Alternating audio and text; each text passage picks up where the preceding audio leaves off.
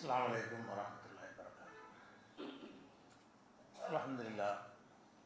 अल्हम्दुलिल्लाहि नहमदुहु व नस्तईनुहु व नस्तगफिरुहु व नऊज़ु बिल्लाहि मिन शुरूरि अंफुसिना व मिन सय्यिआति अमालिना मन यहदिहिल्लाहु फला मुदिल्ल लहु व मन युद्लिल्हु फला हादिय लहु व अशहदु अन ला इलाहा इल्लल्लाहु वहदहु ला शरीका लहु व अशहदु अन्न मुहम्मदन अब्दुहु व रसूलुहु अम्मा बअद। கண்ணியத்திற்குரிய எல்லாம் வல்ல அல்லாஹ் ஜல்லஷானஹு தஆலாவின் நல்லடியார்களே, ஒரு மனிதர் மரணித்து விட்டார் என்று சொன்னால் அவருக்கு இந்த உலகத்தோடு உள்ள எல்லா தொடர்புகளும் தடுத்து நிறுத்தப்பட்டு விடுகின்றன. அது நபிமார்களாக இருந்தாலும் எவ்வளோ பெரிய மகான்களாக இருந்தாலும் இந்த உலகத்துக்கு அவங்களுக்குமான தொடர்பு முற்றிலும் தடுத்து நிறுத்தப்படுகிறது என்ற சான்றுகளை எல்லாம் கடந்த சில வாரங்களாக நம்ம பார்த்தோம். இறந்தவர்களுக்கு இந்த உலகத்தோட தொடர்பு இல்லாவிட்டாலும் அவங்களுக்கு செயல்பாடுகள் இருக்கிறதா என்றால் நிச்சயமாக செயல்பாடு இருக்கிறது. இன்னொரு உலகத்தில், இந்த உலகம் அல்லாத பல சொர்க்கம்ங்கிற உலகம் இருக்கிறது, கபருங்கிற மன்னரை வாழ்க்கைங்கிற உலகம் இருக்கிறது. அங்கே அவர்கள் செயல்பட்டு கொண்டிருப்பார்கள். மக்கி மண்ணா போய்விட்டாலும் சரிதான், அவங்களுடைய ரூஹுகள் ஆன்மாக்களுடைய உலகத்திலே வைத்து அல்லாஹ்வால் என்ன செய்யப்படும், அவங்களுக்கு தண்டனைகளோ பரிசுகளோ கொடுக்கப்படும் என்பதற்கு நிறைய சான்றுகள் இருக்கின்றன. அது மாதிரியான ஆதாரத்தை வச்சுக்கிட்டு தான் இறந்தவர்கள் இங்கே வருவாங்க என்ற ஒரு வாதத்தை முன்வைக்கிறார்கள். அப்போ இறந்தவர்கள் இந்த உலகத்துக்கு வரமாட்டார்கள் என்பதில் கடுகளவும் சந்தேகமில்லை. அதை ஏராளமான சான்றுகளை வைத்து நம்ம பார்த்துட்டோம். இன்னொரு உலகத்தில் செயல்பட்டு கொண்டு இருக்கிறார்களா என்றால் அதுக்கு ஆதாரம் நிறைய இருக்குது. அதை எப்படி வழங்கி கொள்ளணும், அவங்க அந்த உலகத்தில் செயல்பட்டு கொண்டிருக்கிறார்கள், அவ்வளவுதான். அது ஒரு இன்ஃபர்மேஷனாக, ஒரு தகவலாக, ஒரு நம்பிக்கையாக வைத்து கொள்ள முடியுமே தவிர அதனால் இங்கே அவங்க வருவாங்க, இந்த உலகத்துக்கு அல்லாஹ்வுடைய கட்டுப்பாட்டை மீறி இங்கே வருவாங்க என்று எடுத்துக்கொள்ள முடியாது. இந்த கருத்தில் உள்ளவங்க சில வாதங்களை வைப்பார்கள். அந்த வாதங்கள் ஒவ்வொன்றாக நம்ம வழங்கி கொண்டோம் என்று சொன்னால் இதில் உள்ள குழப்பங்கள் தீர்ந்துவிடும். 3வது சூறாவில் 171வது வசனத்தில் அல்லாஹ் சொல்கிறான், வலா தஹஸபன்னல்லதீன குதிலு ஃபீ ஸபீலில்லாஹி அம்வாத்தன். அல்லாஹ்வுடைய பாதையில் கொல்லப்பட்டவர்களை இறந்தவர்கள் என்று நீங்கள் நினைக்காதீர்கள், நினைக்கவே கூடாது. பல் அஹ்யாவுன் இன்த ரப்பிஹிம், அவங்க இறைவனிடத்தில் உயிரோடு இருந்து கொண்டிருக்கிறார்கள். யுர்ஸகூன், அவர்கள் உணவளிக்கப்பட்டு கொண்டிருக்கிறார்கள். ஃபரிஹீன பிமா ஆத்தாஹுமுல்லாஹு மின் ஃபத்லிஹி, அல்லாஹ் அவர்களுக்கு வழங்கிய இன்பங்களிலே மகிழ்ச்சி அடைந்து கொண்டிருக்கிறார்கள். வயஸ்தப்ஷிரூன பில்லதீன லம் யஹ்லகு பிஹிம் மின் கல்பிஹிம், இனி வரக்கூடிய மக்களுக்கு தங்களுக்கு கிடைத்த சுகபோகங்களை சொல்லி நற்செய்தி சொல்லி கொண்டிருக்கிறார்கள். அல்லாஹ் ஹவுஃபுன் உலாஹும் யஹ்ஸனூன், எந்த ஒரு கவலையும் படாதீங்க, பயமும் கொள்ளாதீங்க, நாங்கள் நல்லபடியாக இருக்கிறோம், நீங்கள் நல்லா இருப்பீங்க என்று இனிமேல் வரக்கூடிய மக்களுக்கு நற்செய்தி சொல்கிறார்கள் அப்படின்னு சொல்லிட்டு இந்த 3வது சூறாவில் 169, 170, 171 வசனங்களில் எல்லாம் சொல்கிறான். இதே மாதிரி கருத்துப்பட 2வது சூறாவில் 154வது வசனத்தில் வலா தக்கூலு லிமன் யுக்தல் ஃபீ ஸபீலில்லாஹி அம்வாத், அல்லாஹ்வுடைய பாதையில் கொல்லப்பட்டவர்களை இறந்தவர்கள் என்று சொல்லாதீர்கள். அந்த வசனத்தில் நினைக்காதீர்கள், இந்த வசனத்தில் அப்படி சொல்லாதீங்க. பல் அஹ்யாவுன், மாறாக அவங்க உயிரோடு தான் இருந்துக்கிட்டு இருக்கிறாங்க. வலாக்கின் லா தஷூரூன், அது உங்களுக்கு தெரியாது அப்படின்ட்டு 154 வசனம் இருக்குது. இந்த வசனம் எதை சொல்லுதுன்னு கேட்டால், அல்லாஹ்வுடைய பாதையில் கொல்லப்படுறாங்க இல்லையா, அவங்க நம்ம கண்ணு முன்னாடி இறந்து போகிறத பார்க்குறோம். கொள்ள தான் படுறாங்க, இறந்து தான் போயிட்டாங்க, மையத்தாக தான் ஆகிட்டாங்க. அதனால தான் அடக்கம் செய்கிறோம். கொண்டு போய் அல்லாஹ்வுடைய பாதையில் கொல்லப்பட்டார், உயிரோடு இருக்கிறார்னு சொல்லி நம்ம வீட்டுக்குள்ளே அவரை வைத்து கொண்டிருப்பதில்லை. அவர் இறந்துட்டார்னு விளங்கி தான் கொண்டு போய் அடக்கம் செய்கிறோம். அப்படி இருக்கும்போது அல்லாஹ் என்ன செய்கிறான்னா, இறந்தவர்னு சொல்லாதீங்க, அவங்க அல்லாஹ்விடத்தில் உயிரோடு இருக்கிறார்கள். இந்த உலகத்தினுடைய தொடர்பை முறித்து கொண்டாலும் அல்லாஹ்விடத்தில் உயிரோடு இருக்கிறார்கள் அப்படின்ட்டு இந்த வசனம் சொல்கிறது. இந்த 2 வசனங்களும் சொல்கிறது. அப்போ அங்கே அல்லாஹ்விடத்தில் உயிரோடு இருக்கிறார்கள் என்ற காரணத்தினால் இந்த உலகத்துக்கு செயல்படுவாங்களான்னா அந்த அர்த்தத்தில் அல்லாஹ் சொல்லவே இல்லை. அப்போ அந்த அவங்க இறந்து போன உடனே மற்றவங்களுக்கெல்லாம் கபர் வாழ்க்கை இருக்குது. இந்த அல்லாஹ்வுடைய பாதையில் கொல்லப்பட்டவங்களுக்கு கபரு கிடையாது. அல்லாஹ்வுடைய பாதையில் கொல்லப்பட்டாங்கன்னு சொன்னால் மண்ணறையில் வைத்து விசாரணையெல்லாம் கிடையாது. இவங்க உயிரோடு அல்லாஹ்விடத்தில் உயிரோடு இருக்கிறார்கள் அப்படிங்கிறதுக்கு ரசூல் ஸல்லல்லாஹு அலைஹி வஸல்லம் அவங்க ஒரு விளக்கமும் தர்றாங்க. சஹாபாக்கள் கேட்குறாங்க, இந்த அல்லாஹ்வுடைய பாதையில் கொல்லப்பட்டவங்கள் வந்து இறந்தவங்கன்னு சொல்லாதீங்கன்னு அல்லாஹ் சொல்கிறாங்க, அதுக்கு என்ன அர்த்தம்? இறந்தது கண்ணு முன்னாடி தெரியுது, இறந்தவர்களை வந்து இறந்தவர்கள்னு சொல்லாதீங்கன்னு சொன்னால் வேறு அர்த்தம் தானே இருக்கும், அது என்ன அர்த்தமாக இருக்கும் அப்படின்னு சொல்லி ரசூல்லாட்டே சஹாபாக்கள் கேட்குறாங்க. அதுக்கு ரசூல் ஸல்லல்லாஹு அலைஹி வஸல்லம் பதில் சொல்கிறாங்க, அர்வாஹும் ஃபி ஜௌஃபி தயிரின் ஹுல்ரின், பசுமையான பச்சை நிறத்து பறவை வடிவத்தில் அவங்களுடைய உயிர்கள் செலுத்தப்பட்டு அவங்க அரசில் தொங்கி கொண்டிருப்பார்கள், அரசில் உள்ள விளக்குகளில் தொங்கி கொண்டிருப்பார்கள். மேலும் சொர்க்கத்திற்கு சென்று விரும்பியவாறு அவங்க என்ன செய்வாங்க, நடமாடி கொண்டிருப்பார்கள், சொர்க்கத்தினுடைய கனிகளை சாப்பிட்டு கொண்டிருப்பார்கள் அப்படின்னு ரசூலுல்லாஹ் விளக்கம் சொல்லிடுறாங்க. அல்லாஹ்வுடைய பாதையில் கொல்லப்பட்டாங்கன்னா இந்த கபூரில் வைத்த அந்த விசாரணைலாம் கிடையாது, நேராக சொர்க்கத்துக்கு கொண்டு போகப்படுவார்கள். சொர்க்கத்துக்கு கொண்டு போகப்பட்டு இந்த மனித வடிவத்தில் கொண்டு போகப்படுவார்களான்னா கிடையாது, பறவை வடிவத்தில் அவங்க சொர்க்கத்துக்கு கொண்டு செல்லப்படுவார்கள். அங்கே போய் என்ன செய்வாங்கன்னா சுற்றி கொண்டே இருப்பார்கள். அப்போ அல்லாஹ் கூட கேட்பான், உங்களுக்கு என்ன தேவை இருக்குது, எங்களுக்கு தான் எல்லாம் தந்துட்டியே, நாங்கள் நல்லா தானே இருக்கிறோம் அப்படின்லாம் அந்த அந்த சொர்க்கத்தில் இருக்கக்கூடிய அந்த பறவை வடிவத்தில் இருக்கக்கூடியவர்கள் சொல்வார்கள். அப்போ கடைசியாக வந்து அவங்க உங்களுக்கு ஏதாவது ஒரு ஆசையை சொல்லுங்கள் அப்படின்னு நல்லா கேட்பான். இது முஸ்லீமில் வரக்கூடிய முஸ்லீமில் 3834வது ஹதீஸ். எங்களுக்கு ஒரு ஆசையும் இல்லை, பெருசு ஆசையெல்லாம் கிடையாது, நாங்கள் திரும்ப உலகத்துக்கு போகணும், திரும்ப ஒருக்கா எங்களுடைய உடம்புல இந்த உயிர் செலுத்தப்பட்டு மறுபடியும் அல்லாஹ்வுடைய பாதையில் வந்து போர் செஞ்சு மறுபடியும் ஷஹீதாகணும். எங்களுடைய ஒரே ஆசை என்னன்னு கேட்டால், இந்த ஷஹீதுகளுக்கு உயிர் தியாகிகளுக்கு இவ்வளோ பெரிய அந்தஸ்து இருக்குது, இது கிடைக்கிறதுனால இன்னொரு தடவை நாங்கள் என்ன செய்யணும், உயிர் தியாகம் செய்யணும்னு தான் எங்களுக்கு ஒரு ஆசை அப்படின்னு சொல்லுவாங்களாம். அப்போ அல்லாஹ் என்ன செய்வான், அது நான் வந்தால் முடியாதுன்னு நான் எழுதி வச்சுவிட்டேன், ஒருக்கா மூத்தாய் வந்துட்டீங்கன்னு சொன்னால் திருப்பி அனுப்புகிற பேச்சு கிடையாது என்று சொல்லிவிட்டு அல்லாஹ் அதோட உங்களுக்கு எந்த தேவையும் இல்லைன்னு விட்டுருவான். இப்படிங்கிற விளக்கத்தை எல்லாம் ரசூல் ஸல்லல்லாஹு அலைஹி வஸல்லம் சொல்கிறாங்க. அப்போ இதில் நம்ம விளங்க வேண்டிய விஷயம் என்ன, அல்லாஹ்வுடைய பாதையில் கொல்லப்பட்டவங்க உயிரோடு இருக்கிறார்கள் என்பதையும் நம்ம நம்பணும், இறந்து விட்டார்கள் என்பதை நம்பணும். இறந்து விட்டார்கள் என்பதை நம்பி தான் நடக்கும் பண்ணணும். ஒரு ஷஹீத் இருக்கிறார், அல்லாஹ்வுடைய பாதையில் கொல்லப்பட்டார்னு சொன்னால் அவருடைய சொத்துக்களை வாரிசுகள் பங்கு போட்டுக்கிடுவாங்க. உயிரோடு இருந்தால் பங்கு போட்டுக்கிறலாமா? ஒரு ஆள் வந்து ஒரு அப்துல் காதர் அல்லாஹ்வுடைய பாதையில் ஷஹீத் ஆகிட்டார், இறந்துட்டார்னு அடக்கம் பண்ணுறோம், முதல்ல செத்ததை ஒத்துக்கிறோம். ரெண்டாவது என்ன செய்கிறோம், அவருடைய சொத்துக்களை வந்து மனைவி மக்கள்லாம் பிரிச்சுக்கிடுவாங்க. செத்தாள் சொத்தான்னு பிரிக்க முடியும், உசுரோடு இருக்கிறாள் சொத்தை பிரிக்க முடியுமா? முடியாது. அது மாதிரி அந்த மனைவி சின்ன வயசுக்காரங்களாக இருந்தாங்கன்னு சொன்னால் அவருக்கு பிறகு அவங்களுக்கு வேறு கல்யாணம் பண்ணுவாங்க. ஏன் வேறு கல்யாணம் பண்ணுறாங்க? இறந்ததுனால தான்.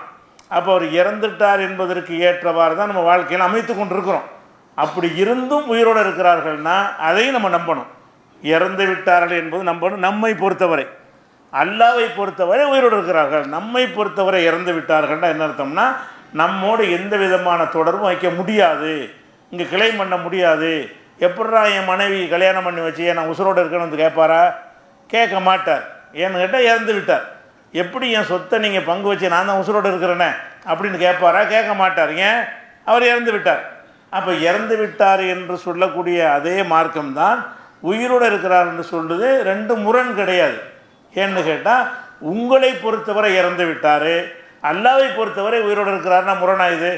உங்களை பொறுத்த வரைக்கும் மௌத்து தான், நீங்கள் மௌத்துடைய சட்டத்தை தான் அவருக்கு கொடுக்க வேண்டும். மரணித்த பிறகு உள்ள அனைத்து தன்மைகளும் அவருக்கு வந்துவிடும். ஆனால் அல்லாஹ்விடத்தில் என்ன செய்கிறாங்கன்னு கேட்டால் அவங்களுக்கு இன்பங்கள் சொர்க்கத்தில் வழங்கப்படுது. அந்த சொர்க்கத்தில் கூட மனித வடிவத்தில் அல்லாஹ் வழங்கலை. ஏன்னு கேட்டால் அந்த மாதிரி சொர்க்கத்துக்கு போவதாக இருந்தால் விசாரணை நடத்தி தீர்ப்பளித்து அதுக்கு பிறகு தான் நீ சொர்க்கத்துக்கு போ, நீ நரகத்துக்கு போன்னு அல்லாஹ் சொல்லுவான். அந்த நேரத்தில் தான் சொர்க்க நரகத்திற்கு போக முடியும் என்று அல்லாஹ் ஏற்படுத்தின காரணத்தினால இவங்களை பிரத்யேகமாக என்ன செய்கிறான்னு கேட்டால் பறவை வடிவத்தில், கூடு வந்து பறவை கூடு, உசுறு வந்து மனுஷ உயிர். அப்போ மனித உயிர்கள் செலுத்தப்பட்ட பறவை வடிவத்தில் சொர்க்கத்தில் வேண்டியதை சுற்றி சாப்பிட்டுக்கிட்டே இருங்க அப்படின்னு அல்லாஹ் சொல்கிறான்னு வருது. இதிலேருந்து அவங்களுக்கு இந்த உலகத்தில் தொடர்பு கொள்ள முடியும்னு எடுத்துக்கொள்ள முடியுமா? அவங்களுக்கு ஒன்றுமே முடியாது. அவங்க திரும்பி ஒருக்கா வர்றேன்னு கேட்குறாங்க, அதில் அனுமதிக்க மாட்டேங்கிறான். அப்போ அவங்க அளவுக்கு நல்லா இருக்கிறாங்கன்னு நம்பலாமே தவிர அவங்க இந்த உலகத்துக்கு வருவார்கள் என்பது இது எப்படி ஆதாரமாகும்? அவங்க அல்லாஹ்விடத்தில் என்ன செய்கிறாங்க, மக்கி மண்ணோட ஒன்றும் இல்லாமல் போயிடுறாங்க என்பது நம்ம நம்பிக்கை கிடையாது. காஃபிர் கூட அப்படி ஆக மாட்டானே. காஃபிரும் கூட இறந்த பிறகு உசுரோட தானே இருப்பான். அவுலியா என்ன, பெரியார் என்ன, ஒரு காஃபிர் கூட கபூரில் அதாபு செய்யப்படுறான் நம்புறீங்கல்ல? ஒரு காஃபிர் இறந்துட்டான்னு சொன்னால் அந்த காஃபிருக்கு என்ன இருக்குது, கபூரில் அதாபு இருக்குது. அப்போ அவனே உசுரோட தானே இருக்கிறான். அப்போ உயிரோடு இருக்கிறான் என்பது அல்லாஹ்வுடைய கண்ட்ரோலில் போய் உயிரோடு இருக்குது என்பது வேற. இந்த பூமிக்குள்ள உயிரோடு இருக்கிறார்களா, உயிரோடு இருப்பவர்கள் போல இந்த பூமியில் செயல்படுவார்களா என்பது வேற. இந்த வித்தியாசத்தை விளங்காமல் என்ன செய்கிறாங்கன்னா இந்த மாதிரியான வாசகத்தை கொண்டு வந்து வைத்து, பார்த்தீங்களா அவங்கள உயிரோடு இருப்போம் நல்லா சொல்லிவிட்டான் அப்படின்ட்டு ஒரு வாதத்தை வச்சு உங்களை குழப்புவாங்க. உயிரோடு இருக்கிறார்கள்னு மட்டுமா சொல்கிறோம், அந்த விலைக்கு சொல்லலையா? ரசூல்லா அதுக்கு தஃப்சீர் பண்ணி சொல்லலையா? ரசூல்லாட்ட சஹாபாக்கள் கேள்வி கேட்கலையா? அந்த கேள்விக்கு ரசூல் ஸல்லல்லாஹு அலைஹி வஸல்லம் அவர்கள் சரியான பதில் சொல்லலை. அதையும் சேர்த்தா நீங்கள் நம்பணும். அப்போ நான் எப்படி நம்பணும்? இறந்தார்கள் என்றும் நம்ப வேண்டும். அல்லாஹ்விடத்தில் உயிரோடு இருக்கிறார்கள், அவங்க இந்த உலகத்தோட எந்த வகையான காண்டாக்டும் அவங்களுக்கு பண்ண முடியாது அப்படிங்கிறத என்ன செய்யணும், விளங்கணும் என்பதை நம்ம பார்க்குறோம். அதே மாதிரி இது முஸ்லீமில் வரக்கூடிய ஹதீஸாச்சா. அதே மாதிரி ஜாபிருங்கிற ஒரு சஹாபி, அவங்க அவங்க தகப்பனார் ஜாபிர் ரெண்டு பேருமே உஹது போரில் கலந்து கொண்டவர்கள். இவரும் கலந்து கொண்டவர், அவர் தகப்பனாரும் கலந்து கொண்டவர். அப்போ அவர் தகப்பனார் பேர் அப்துல்லா. இந்த அப்துல்லா அந்த போரில் கொல்லப்பட்டுறாரு, மகன் கொல்லப்படலை. அப்போ ஒரு நாள் கவலையாக ஜாபீர் உட்கார்ந்துருக்கிறார். அப்போ ரசூல்லா கேட்குறாங்க, ஜாபீர் எதுக்கு ரொம்ப கவலையாக இருக்கிற அப்படின்னு. இந்த வாப்பா நினச்சி ரொம்ப கவலையாக இருக்குது, பாப்பா இறந்து போயிட்டாங்கல்ல, அது மனசை உறுத்திக்கிட்டே இருக்குது அப்படின்னு அவர் சொல்வார். அப்போ ரசூல் ஸல்லல்லாஹு அலைஹி சொல்லுவாங்க, உனக்கு ஒரு செய்தி தெரியுமா, அல்லாஹ் இறந்து போன பிறகு எந்த மனுஷன்ட்டையும் நேரடியாக பேசுனதே கிடையாது, திரைக்கு அப்பால் இருந்து தான் பேசியிருக்கிறான். உன்னுடைய தகப்பனார்கிட்ட அப்துல்லாட்ட மாத்திரம் நேருக்கு நேர் எல்லாம் பேசினான். என்ன பேசினான் தெரியுமா அப்படின்னு சொல்லி ரசூல் ஸல்லல்லாஹு அலைஹி வஸல்லம் ஜாபீருக்கு ஆறுதல் சொல்லுவாங்க. அப்போ என்ன பேசுவான்னு கேட்டவுடனே ஜாபீர்கிட்ட அல்லாஹ் கேட்குறான். அப்போ அப்துல்லாவே தமன்ன, உனக்கு வேணுங்கிறதெல்லாம் கேளு. அதை இறந்து போன பிறகு அல்லாஹ்விடத்தில் உயிராக எடுத்து செல்லப்பட்ட பிறகு அவர்கிட்ட ஜாபீருடைய தகப்பனார்கிட்ட அல்லாஹ் கேட்குறான், தமன்ன, நீ ஆசைப்படு, வேணுங்கிற ஆசையெல்லாம் சொல்லு அப்படின்னு எல்லாம் கேட்குறான். அப்போ அவர் என்ன செய்வார்னா, அல்லாஹ் எனக்கு பெரிய ஒரு ஆசையெல்லாம் கிடையாது, நான் உயிர் கொடுத்து எழுப்பப்பட்டு திரும்ப நான் அல்லாஹ்வுடைய உன் பாதையில் கொல்லப்பட்டு மறுபடியும் இதே மாதிரி நான் வரணும், இதுதான் என்னுடைய ஆசை அப்படின்னு அவர் சொல்லுவார். அல்லாஹ் என்ன செய்வான், அவர்கிட்ட சொல்லுவான், சபக மின்னி அன்னகும் இலையா லாயர்ஜுவும், அவங்க பூமிக்கு திரும்ப வரமாட்டார்னா எழுதி வச்சுவிட்டனே, செத்தது தான், அங்கே போகிற தொடர்பு கொள்கிற பேச்சை வச்சுக்கிற கூடாது, அதனால் அந்த கோரிக்கையை நிறைவேற்ற மாட்டேன் அப்படின்னு நல்லா சொல்லிடுவான். அப்போ ஜாபீருடைய தகப்பனார் அல்லாட்ட சொல்லுவாராம், இறைவா எனக்கு இந்த ஒரு நல்ல நிலையில் நான் இருக்கிறேன் அப்படிங்கிறத நீ சொல்லிடு மக்களுக்கு, என் குடும்பத்தாருக்கு மற்றவர்களுக்கு நீ தெரிவிச்சிருன்னு சொல்கிறாரு. அவர் தெரிவிக்க முடியல, அவர் ஒரு நல்ல அந்தஸ்தில் இருக்கிறார் என்கிற ஒரு செய்தியை நான் போய் மக்கள்கிட்ட சொல்லணும்னு கேட்கும்போது அல்லாஹ் என்ன செய்கிறான், அதெல்லாம் முடியாது, முடிஞ்சு போச்சு, வந்தது தான். அப்போ என் சார்பாக நீ இதை தெரிவிச்சிரு இறைவான்னு அவர் கேட்பாரான். அதுக்கு தான் அல்லாஹ் இறக்குனா, வன்சல் அல்லாஹு தாலா ஒலா தகச பண்ணல்லதீர குத்துலு ஃபீ சபீலில்லாஹ் அம்வாத், அல்லாஹ்வுடைய பாதையில் கொல்லப்பட்டவங்களை செத்தவங்கன்னு நினைக்காதீங்க, உயிரோடு இருக்கிறார்கள். இந்த வசனம் இருக்குல்ல, அந்த வசனமே இதுக்கு தான் இறங்கிடுச்சு. எதுக்காக வேண்டி, இவருடைய ஜாபீருடைய தகப்பனார் நான் நல்லா இருக்கிறேங்கிற ஒரு செய்தி மக்களுக்கு போகணும், நான் போய் சொல்ல முடியாது, ஏன்னா நான் வந்துட்டால் திருப்பி போக முடியாது என்று நீ விதியாக ஆக்கிவிட்டாய், அதனால் இந்த செய்தி போகிறதா இருந்தால் நீ தான் தெரிவிக்கணும், இறைவா நீ தான் தெரிவிக்கணும் அப்படின்னு சொன்ன பிறகு அல்லாஹ் என்ன செய்கிறான்னா வசனமாக இறக்கி தெரிவிக்கிறான். இப்போ நமக்கெல்லாம் தெரிஞ்சு போச்சுல்ல, ரசூலுல்லாஹ்வுக்கு தெரிஞ்சு, சஹாபாக்களுக்கு தெரிஞ்சு போச்சு, நமக்கெல்லாம் தெரிஞ்சு போச்சு. அந்த வசனம் தான் சொல்லுது, அல்லாஹ்வின் பாதையில் கொல்லப்பட்டவர்களை இறந்தவங்கன்னு நீங்கள் நினைக்கவே செய்யாதீங்க, நல்லா இருக்கிறாங்க, அவங்க சொர்க்கத்தில் சுற்றி கொண்டிருக்கிறார்கள், உணவளிக்கப்பட்டு கொண்டிருக்கிறார்கள், செத்துட்டாங்கன்னு கவலையெல்லாம் படாதீங்க அப்படின்னு சொல்லி மக்களுக்கு ஒரு ஆறுதல் தரக்கூடிய ஒரு விதமாக இந்த வசனம் அருளப்பட்டது அப்படிங்கிறது இப்னு மாஜாவில் வரக்கூடிய ஒரு ஆதாரபூர்வமான ஒரு ஹதீஸ். அப்போ இதில் நம்ம என்ன விளங்குறோம் என்று கேட்டால், அவர் நல்ல நிலையில் இருக்கிறார் என்ற ஒரு செய்தியை மக்களுக்கு தெரிவிக்க ஆசைப்படுறாரு. அதெல்லாம் முடியாது, நீ எப்படி தெரிவிப்ப, வந்தது தான். அப்போ நீயாவது தெரிவிச்சிடல, நான் நல்லா இருக்கிறேங்கிற செய்தியை நீயாவது மக்களுக்கு சொல்லிடு. அப்போ அல்லாஹ் தான் நமக்கு எதாவது தெரிவிக்க முடியுமே தவிர அவங்க நமக்கு தெரிவிக்க முடியாது. அல்லாஹ்வா தெரிவிக்கிறது நபியோட சீல் வச்சாச்சு, இனிமேல் நமக்கு தெரிவிப்பானா? அல்லாஹ்வால் தெரிவிக்கிறது என்பது ரசூலுல்லாஹோட கடைசி நபி, வஹிக்கு முத்திரை இட்டாச்சு. இனிமேல் மாதிரியான ஒரு செய்தி அல்லாஹ் என்ன செய்ய மாட்டான், உங்கள் வாப்பா நல்லா இருக்காரு, உங்கள் வாப்பா நல்லா இருக்காருன்னு செய்திலாம் வர யாருக்கு வரும்? வருவதற்கு நபி இருக்கணும். நபி இல்லை. அப்போ கடைசி நபி வந்துட்ட காரணத்தினால அல்லாஹ்விடமிருந்து எந்த விதமான வஹியும் நமக்கு வரவே வராது. அப்படிங்கும் பொழுது அப்போ இறந்தவர்கள்ட இருந்து மெசேஜ் அவங்களும் மட்டும் சொல்ல மாட்டாங்க, அல்லாஹ்வும் சொல்ல மாட்டான். இறந்தவர்களிடமிருந்து இறந்தவர்கள் சம்பந்தப்பட்ட ஒரு செய்தி வருவதாக இருந்தால் ஒவ்வொருத்தரை பற்றிய செய்தியும் நமக்கு வராது, அல்லாஹ் வழியாக மட்டும்தான் வரும். அல்லாஹ் வழியாக வருவதும் எது வரைக்கும் தான்? ரசூலுல்லாஹ் ஹயாத்தோடு இந்த உலகத்தில் வாழ்கிற வரைக்கும் தான். ரசூலுல்லாஹ் மரணித்த பிறகு அல்லாஹ்வுடைய செய்தி நமக்கு எப்படி வரும்? ரசூலுக்கு ரசூல் வழியாகத்தான் நமக்கு கிடைக்கும். அப்போ ரசூலையே கடைசி நபியை அல்லாஹ் உயிரை கைப்பற்றிக்கிட்டான் என்று சொன்னால் அந்த வாசல் அடைக்கப்பட்டிருக்கிற அளவு இவ்வளவு தெளிவாக இருக்கிற ஒரு விஷயத்தை வைத்துக்கொண்டு அவங்களாம் இறந்தவர்களில் உசுரோடு இருக்கிறாங்க, வாங்க தர்காவுக்கு போவோங்கிறாங்க, வாங்க போய் கும்பிட்டு வருவோம், வாங்க போய் கோரிக்கை வருவோங்கிறாங்க. அவங்க அங்கே நல்லா இருக்கிறதுக்கு நீ போய் கேட்குறதுக்கு என்ன சம்பந்தம்? இறந்து விட்டால் சீல் வைக்கப்படுதுன்னு வருது, அதுக்கு என்ன அர்த்தம்? திரை போடப்படுதுன்னு வருது, அதுக்கு என்ன அர்த்தம்? திரும்ப போனாலும் அனுப்ப மாட்டார்கள் வருது, அதுக்கு என்ன அர்த்தம்? எழுப்பப்படுற வரைக்கும் ஒரு திரையை போட்டுறான் இருக்கு, அதுக்கு என்ன அர்த்தம்? அப்போ அதுகளையெல்லாம் விளங்காமல் என்ன செய்கிறாங்க? இறந்தவர்கள் வருவார்கள்ங்கிறாங்க. இறந்தவர்கள் அல்லாட்ட உசுரோடு இருக்கிறார்கள் என்பதில் நம்ம மறுக்கவே முடியாது. அதே மாதிரி யாசின் சூறாவில் ஒரு சம்பவத்தை அல்லாஹ் சொல்லி காட்டுறான். என்ன சொல்லி காட்டுறான்னு கேட்டால், ஒரு ஊர் பேர்லாம் சொல்லலை, அஸ்ஹாபுல் கரியான்னு வருது. ஒலிபுலகும் மசலன் அஸ்ஹாபுல் கரியா, ஒரு ஊர்வாசிகளை பற்றிய செய்தியை அந்த மக்களுக்கு சொல்வீராக. முந்தின சமுதாயத்தில் உள்ள ஒரு சம்பவம், ஊர் பேர் எல்லாம் சொல்லலை, ஒரு ஊராருக்கு நடந்த செய்தியை இந்த மக்களுக்கு சொல்வீராக. அந்த ஊருக்கு எல்லாம் என்ன செய்யறாண்டா, ஸ்பெஷலாக நிறைய தூதர்கள் அனுப்புகிறான். ஒரு தூதர்னா ஒரு தூதர் தான் அனுப்பணும். ஒரு ஊரை நேர்வழி காட்டுறாருன்னா அந்த ஊருக்கு ஒரு ஆள் வந்தால் போதும்.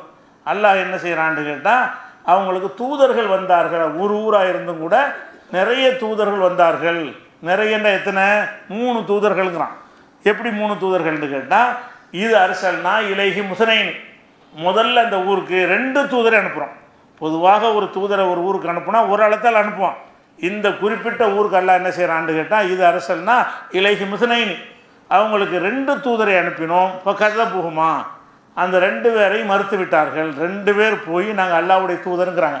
மூசா நபி ஹாரூன் நபி போனாங்கல்ல, அந்த மாதிரி ஒரு நேரத்தில் 2 தூதர்கள் போய் அந்த ஊர் மக்களுக்கு நாங்கள் அல்லாஹ்வுடைய தூதராக வந்திருக்கிறோம்னு சொல்கிறாங்க. அவங்க ஏற்றுக்கிறல. உடனே அல்லாஹ் என்ன செய்கிறான்னா, ஃபஸ்ஸஸ்னா பி சாலிசின், 3வது ஒரு தூதரை அனுப்பி வலுப்படுத்தினோம்.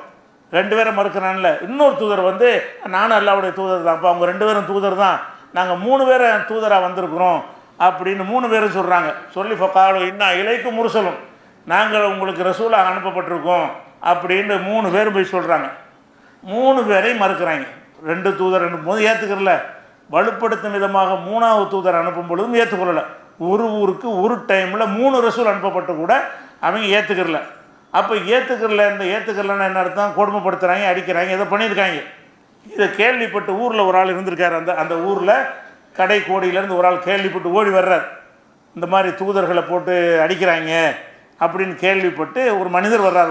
ரஜுனுன் மின் நக்சல் மதீனத்து ரஜுனுன் எஸ்ஆ, ஒரு மனிதர் வேகமாக அந்த ஊருடைய கடை கோடியிலிருந்து அவர் என்ன செஞ்சார்னா, ரசூல்மார்களை ஏன் அடிக்கிறீங்க, அவங்க அல்லாஹ்வுடைய தூதர், அவங்கள பின்பற்றுங்க, அவங்க எதாவது உங்கள்கிட்ட கூலி எதுவும் கேட்டாங்களா, சத்தியத்தானே சொல்கிறாங்க அப்படின்னு அவர் சொல்கிறார்.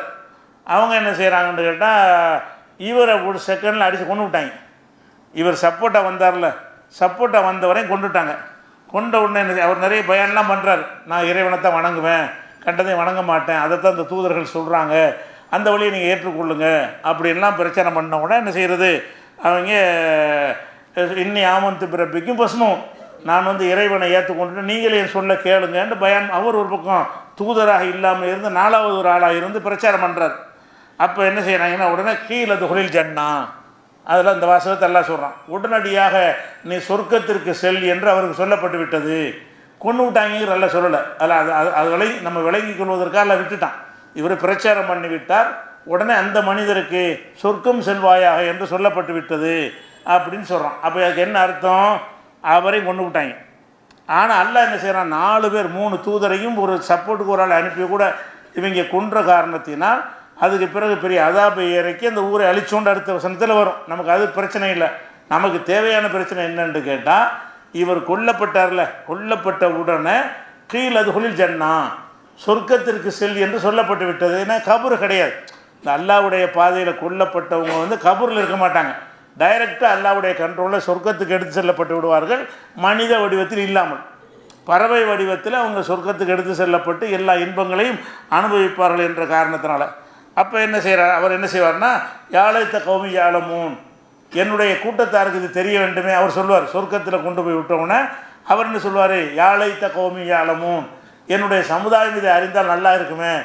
நான் வந்து இந்த மாதிரி ஒரு இறைவனை சொன்னதுக்காக வேண்டி நான் சொர்க்கத்துக்கு வந்துட்டேன், ஒரு நல்ல நிலை அடைந்து விட்டேன் என்பது மக்களுக்கு தெரிஞ்சால் நல்லா இருக்குமேன்ற உடனே அல்லாஹ் என்ன செய்கிறான்னா, இந்த வசனத்தை அருளி நமக்கு சொல்லி தந்துடுறான். அவர் வந்து சொல்ல முடியலை, நான் நல்லா இருக்கிறேங்கிற அந்த செய்தியை அவர் மக்களுக்கு வந்து சொல்லலை, அவர் சார்பாக அல்லாஹ் தான் சொல்கிறான்.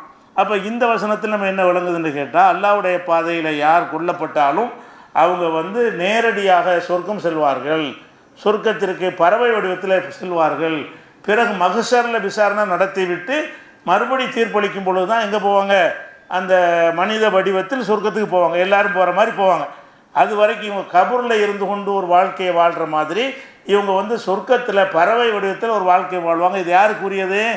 அல்லாவுக்காக போர் செஞ்சு கொல்லப்பட்டாலும் சரி, அல்லது மார்க்கத்தை பிரச்சாரம் பண்ணும்போது கொல்லப்படுறாங்க.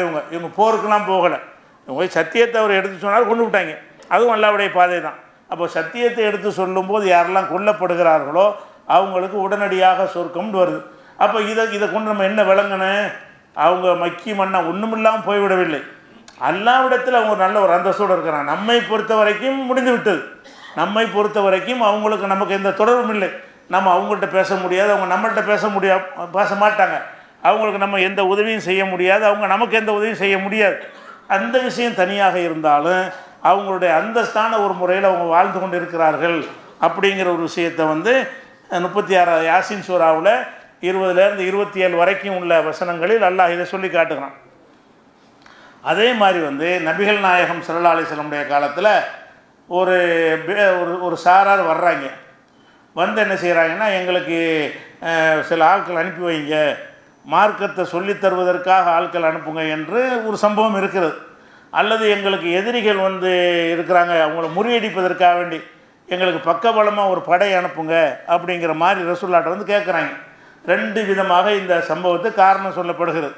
அதை ஏற்று ரசூலுல்லாஹ் என்ன செய்கிறாங்கன்னு கேட்டால், ஒரு 70 பேர் அனுப்பி வைக்கிறாங்க. எங்கள் ஊருக்கு சில சஹாபாக்களை அனுப்பி வைங்கன்ற உடனே 70 பேர் அனுப்பி வைக்கிறாங்க.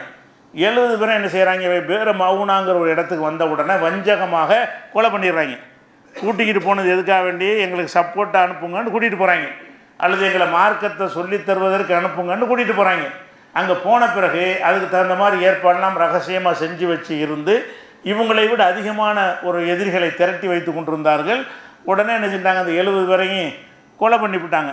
அப்போ கொலை பண்ண உடனே என்ன ஆகுதுன்னு கேட்டால், அவங்க அந்த கொலை செய்யப்படும் போது ஒருத்தர் சொல்கிறார், அல்லாஹும்ம பல்லிக அண்ணா நபியனா, இறைவா எங்கள் நபிக்கு இந்த செய்தியை சொல்லிடு. ஏன்னா இப்போ ஃபேக்ஸு கிடையாது, ஃபோன் கிடையாது, வாட்ஸ்அப் கிடையாது, ரசூலுல்லாஹ்வுக்கு எந்த வகையிலையும் செய்தி வராது.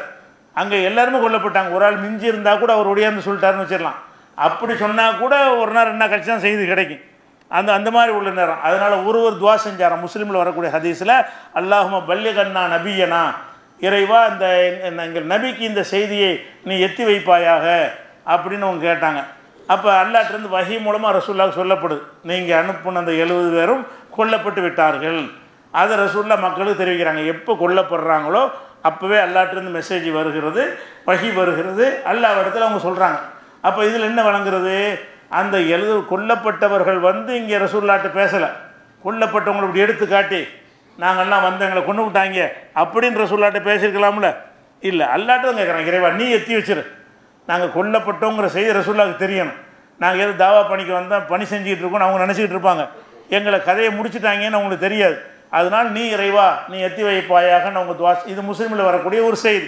அப்போ அல்லாஹும்ம பல்லிக் அன்னா நபியனாண்டவங்க நபிக்கு எத்தி வைப்பாயாக என்று துவா செய்கிறார்கள். நபிக்கு அல்லாஹ் தான் எத்தி வச்சானே தவிர அந்த ஆட்களை கொண்டு எத்தி வைக்கப்படல. அந்த கொல்லப்பட்டாங்கல்ல அவங்க 70 பேர் வந்து அப்படி காட்சி தந்து நாங்கள் கொல்லப்பட்டாங்க, நல்லா தான் இருக்கிறோம், கவலைப்படாதீங்க அப்படின்னு சொன்ன மாதிரி வரல. இல்லை, அல்லாஹ் அறிவிக்கிறான். அறிவித்தவொன்னு ரசூலுல்லாஹ் என்ன செய்கிறாங்கன்னா, நாம் அனுப்பின 70 வரையும் கொன்று விட்டார்கள் அன்னைக்கு அறிவிக்கிறாங்க.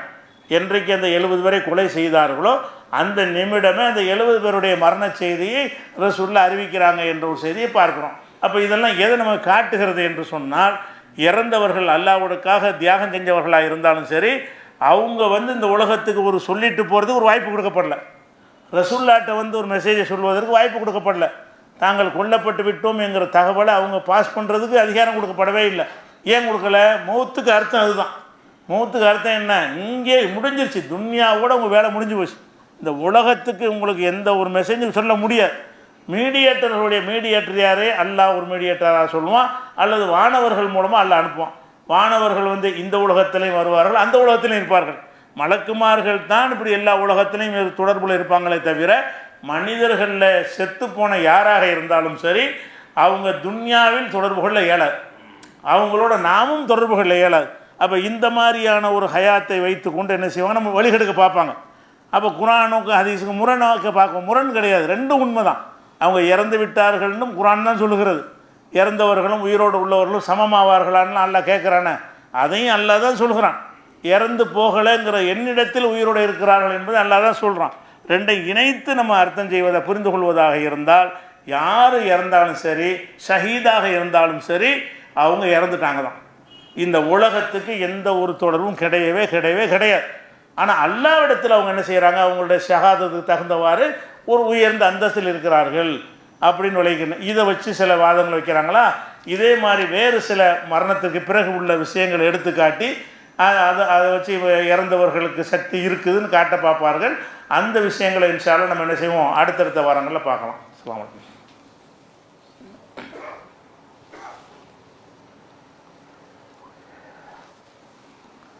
அன்பிற்குரிய சகோதர சகோதரிகளை, நேற்றைய தினம் தமிழகத்தினுடைய டிஜிபி அவர்கள், டிஜிபின்னா ஒட்டுமொத்த தமிழகத்துடைய காவல்துறைக்கு தலைவர், அவர் வந்து வாய்மொழியாக ஒரு உத்தரவு போட்டிருக்கிறார்.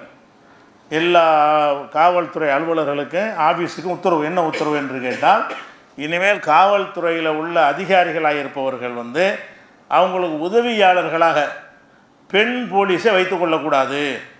ஒரு இன்ஸ்பெக்டர் இருக்காருன்னு வைங்களேன், அவருக்கு ரைட்டராக ஒரு பொம்பளை கொண்டு போய் போடுறது, அவருக்கு துணையாக ஒரு பெண் போலீஸை போடுறது, இந்த மாதிரி போடப்பட்டு ஒரு எஸ்பி என்ன பண்ணிட்டாருன்னு கேட்டால், அந்த தனக்கு உதவியாக போட்ட பெண்ணோட தவறாக நடந்து அது செய்தியாகி அவர் நடவடிக்கை எடுத்து நீக்கிட்டாங்க, அவரை சஸ்பெண்ட் பண்ணிட்டாங்க. இனிமேல் அது நடக்கக்கூடாது என்று இருக்குமே. ஆனால் இந்த வாசலை அடைக்கணும். ஆனால் எழுத்து மூலமாக அவர் உத்தரவு போடல, வாய்மொழி உத்தரவு தான், ஃபோனில் சொல்கிறது அல்லது இதில் சொல்லிட்டு தான் தவிர எழுத்து பேப்பர் உத்தரவு போடலை. என்ன உத்தரவு போடுறாருன்னு கேட்டால், போலீஸ் அதிகாரிகளுக்கு துணையாக போலீஸை போடுவாங்க, கிளார்க்கு வேலை பார்க்குறதுக்கு, பியூன் வேலை பார்க்குறதுக்கு, அந்த மாதிரி வேலைக்கு உள்ளவர்கள் வந்து பெண்களாக இருக்கக்கூடாது. ஆண் அதிகாரிகளுக்கு பெண்களை வந்து துணை, சாதாரண போலீஸாக இருக்கலாமே தவிர ஒரு பர்சனலாக ஒரு அதிகாரிக்கு வந்து பெண்களை போடக்கூடாதுன்னு சொல்லி என்ன செய்கிறாரு, உத்தரவு போட்டிருக்கிறார். இந்த உத்தரவு வந்து இவ்வளவு பட்ட பிறகு இதை போடுகிறார். இது பேசிக்காக சாதாரண ஒரு பொது அறிவு உள்ளவர்களுக்கு தெரியும். ஒரு ஆண், மேலதிகாரம் உள்ள ஒரு ஆண் தனக்கு கீழே ஒரு பெண் இருந்தாங்கன்னு சொன்னால், அவங்க போலீஸாக இருந்தாலும் சரி, பள்ளிக்கூடமாக இருந்தாலும் சரி, மருத்துவமனையாக இருந்தாலும் சரி, எதுவாக இருந்தாலும் சரி, அவங்க அந்த பெண்ணிடத்தில் தப்பாக நடக்க வாய்ப்பு அதிகம் இருக்குது. மிகச்சில பேர் அப்படி இல்லாமல் நடந்தால் கூட மிக அதிகமானவர் என்ன செய்வாங்கன்னு கேட்டால், நம்ம கீழே உள்ள ஒரு டாக்டருக்கு பின்னாடி நர்ஸ் இருந்தாங்கன்னா நர்ஸுக்கு தப்பாக நடப்பாங்க. ஏன்னாட்டா அவங்களுக்கு கீழே அவங்க இருக்கிறாங்க, தனித்து இருக்கக்கூடிய பல சந்தர்ப்பங்கள் வரும். அதே மாதிரி ஒரு இப்போ ஹெட் மாஸ்டர் இருக்கக்கூடிய அவருக்கு உதவியாளர்னு ஒருத்தரை வச்சு ஒரு பெண்ணை வச்சுக்கிட்டாருன்னு வைங்க, அந்த பெண்ணோட அவர் தனித்து இருக்கும்போது அந்த அதிகாரம் வேறு இருக்குதா, பவர் வேறு இருக்குதா, இவங்களும் அதை இணங்கி போகக்கூடிய நிலைமைக்கு தன்னால் வந்துடுவாங்க. அதையெல்லாம் கருத்தில் கொண்டு பல விஷயங்கள் நடப்பதெல்லாம் பார்க்குறோம். பெண்களுக்கு எதிரான குற்றங்கள் அதிகரித்து விட்டதுலாம் செய்திகள்லாம் வருது. அதுக்கெல்லாம் என்ன காரணம்னு கேட்டால், இந்த மாதிரி தனிமையில் இருக்கக்கூடிய விஷயத்தை வந்து சட்டப்பூர்வமாக ஆக்கி வச்சுருக்கிறாங்க. ஏதாவது பிரச்சனை நடக்கும்போது மட்டும் இப்படி வாய்மொழி உத்தரவு போடுவாங்க. நீங்கள் ஒரு போலீஸ் அதிகாரிக்கு உதவியாளராக ஒரு பெண்ணை கொண்டே போட்டிங்கன்னா தனிமையில் அவங்க 2 பேரும் தனியாக அவர்கள் மாத்திரம் இருக்கக்கூடிய பல சந்தர்ப்பங்களில் ஒரு நேரம் இல்லாட்டி ஒரு நேரம் அவர் தப்பு செய்வாரா இல்லையா? அது நடந்தானே ஒருத்தர் நடவடிக்கை எடுத்துருக்கிறீங்க. இதை இவ்வளவு பட்ட பிறகு தான் விளங்கணுமா? எல்லா துறைகளுக்கும் இந்த ஒரு ஆர்டர் போடணும். போலீஸ் துறைக்கு போட்ட மாதிரி என்ன செய்யணும்? பெண்களுக்கு எதிரான கொடுமைகளை நம்ம தடுத்து நிறுத்துவதாக இருந்தால் இந்த போலீஸார் போட்ட உத்தரவை எழுத்து மூலமாக சட்டமாக்கணும். சொல்ல போனால் சட்டமாக ஆக்கி ஒரு ஆணோடு பெண் தனித்திருக்கக்கூடிய எல்லா விதமான விஷயங்களையும் சட்டத்தின் மூலம் தடுத்தா தான் தடுக்க முடியும். ஏதாவது பிரச்சனை ஏற்பட்டு கம்ப்ளைண்ட் ஆனால் மட்டும் இப்படி செய்வாங்க. இது ஒரு கண் துடைப்புக்காக வேண்டி கொஞ்சம், அதான் வாய்மொழி உத்தரவு எதுக்காக வேண்டிய கொஞ்சம் நாளைக்கு இது மக்கள் மறந்த பிறகு பழையபடி அதே நிலைமைக்கு வந்துடும். இந்த வாய்மொழி உத்தரவு போடாமல் எழுத்து மூலமாக சட்டப்படியாக என்ன செய்யணும்னு கேட்டால், இப்படி எந்த கவர்மெண்ட்டில் இருக்கும்போது நடந்தாலும் அரசாங்கம் தான் அது பழி சுமக்க வேண்டி வரும். ஒரு டாக்டராக கூட கீழே உள்ள ஒரு சின்ன டாக்டர் பெண்ணிட்ட தப்பாக நடந்துடான்னு வைங்க, அதே மாதிரி ஒரு சம்பவம் நடந்து பெரிய மேற்கு வங்கத்தில் பெரிய ஒரு நாடே ரணகலமான சம்பவத்தை நீங்கள் பார்த்துருக்குறீங்க. ஒரு மருத்துவமனையில் இப்படி செஞ்சு விட்டார்கள். இதெல்லாம் என்னத்துக்கு காரணம்? நீங்கள் வாசலை திறந்து வச்சுக்கிட்டு என்ன செய்கிறீங்க? அது நடந்த பிறகு களவாண்டு போயிட்டாங்கிறீங்க. பூட்டி வச்சிட வேண்டியதானே? களவாங்கிறதுக்குரிய வாசலை அடைச்சி வச்சுக்கிட்டு என்ன செய்யணும்? அதை உடைச்சிக்கிட்டு வந்தால் மட்டும்தான் அது நடக்கிற மாதிரி வைக்கணும்.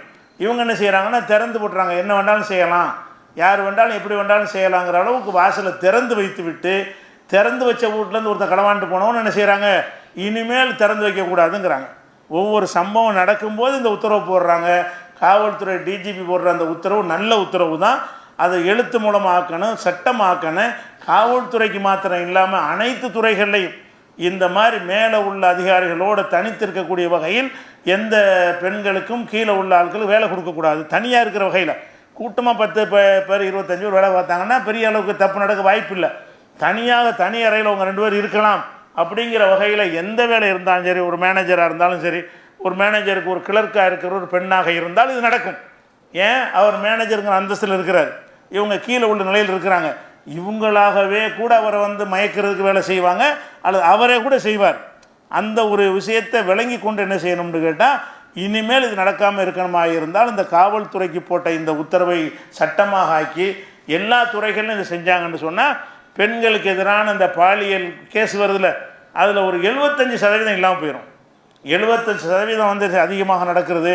பெண்களை சீரழிக்கிறார்கள், கொடுமைப்படுத்துகிறார்கள்ங்கிறது தான் பெரிய எதிர்க்கட்சிகள்லாம் இஷ்யூவாக்கி கொண்டிருக்கிறார்கள்.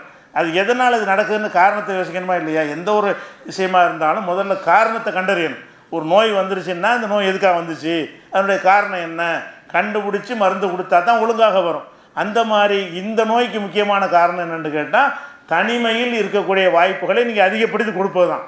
அந்த மாதிரி கொடுத்த எந்த இடத்துல நீங்கள் கொடுத்தாலும் சரி அது நடக்கும். இதில் போலீஸு பொதுமக்களில் வித்தியாசமெல்லாம் கிடையாது. எந்த வகையில் இருந்தாலும் என்ன செய்யும், அது நடக்கும். ஆசிரியர் மாணவர் பிரச்சனைலாம் அதில் தான் வருது. மாணவிகளை சீரழித்தாருங்கிறது வருதா இல்லையா? அந்த செய்திக்கெல்லாம் காரணம் என்ன? அவர் ஆசிரியர் இடத்துல இருப்பார், மாணவிங்கிறவங்க படிக்கிற இடத்துல இருப்பாங்க.